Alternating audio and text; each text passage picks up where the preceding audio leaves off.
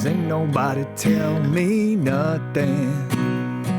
You can't tell me nothing. Yeah, I'm gonna take my horse to the old town road. I'm gonna ride till I can't no more. I'm gonna take my horse to the old town road. I'm gonna ride till I can't no more. Hat down, cross. Okay. Ah!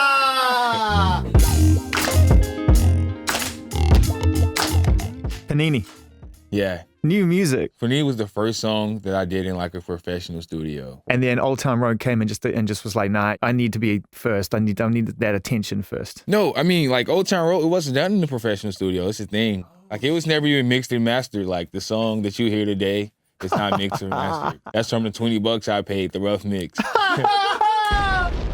Yes! Oh my God, you have the most scalable business model in the music industry right now. From $20 to God knows how much. It's a lot. Let's talk about Panini. And going into a professional studio, having come from a $20 environment, going into one that costs $20 a minute. It was crazy, but it's like everything else, like lately in my life, it's just like, you know, a quick adjust and, you know, just get ready to move on to the next step or whatever. Who'd you work up with on Panini? Who was in the studio with you? Day Trip. Oh man, I love them. Yeah, they're the greatest. Amazing. You know. We got another song too, Rodeo. Like, I love how, you know, I went into the studio and it wasn't like immediate, like, because like a lot of people, like it's just, you know, they hear Old Town Road, you know, they think, you know, this is the only thing we're going to do.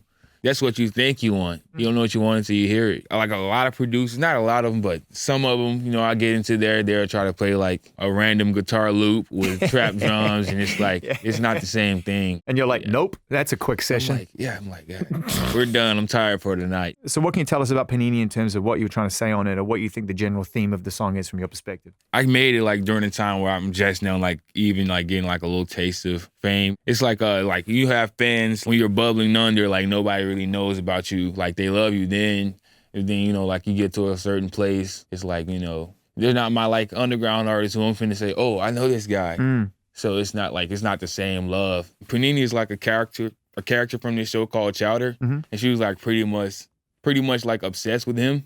And that's what the theme is like pretty much about. Once you listen to this and like, you know, once I like, I guess, give like the explanations, like a lot of things will make sense. With this EP, it's like pretty much like things I've been experiencing the last, I guess, 12 months of me doing all of this.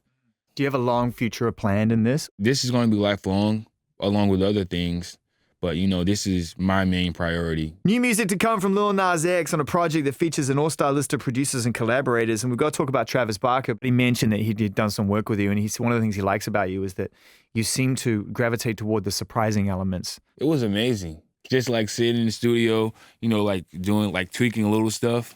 He went on the beat like it was on an accident where he found the beat that we worked on. He was like, oh, I was going to use this for our album or something like that. I feel like he's at a point in his life where he kind of got some wisdom about him too, and he sort of knows how to kind of guide people through the process. And, you know, someone who has a lot of that is Billy Ray Cyrus. What's the funniest or most like memorable thing he said to you? Like the most important ones is like, he's always like, buy land. He's always like, buy land and try to keep your cash. Just like little simple, like, you know, old school dad stuff. So who's the dream, Lil Nas X? If you've got the world wide open to you right now and you're already bumping into Usher and Kelly Rowland and meeting up with Tory I really Lanez, want this to happen, and I already know it's going to happen, like Drake to get on the remix of Panini. Can you give us just a little hint, just what people can expect thematically? I know that's so exciting, right? I want you to, like, you know, make sure you're listening to every single thing, and you're not, you know, you can't just like listen and just like be on your phone the whole time because you might miss something. But yeah, it's going to be great. You're going to love it, and you're going to realize Lil Nas X isn't going anywhere anytime soon.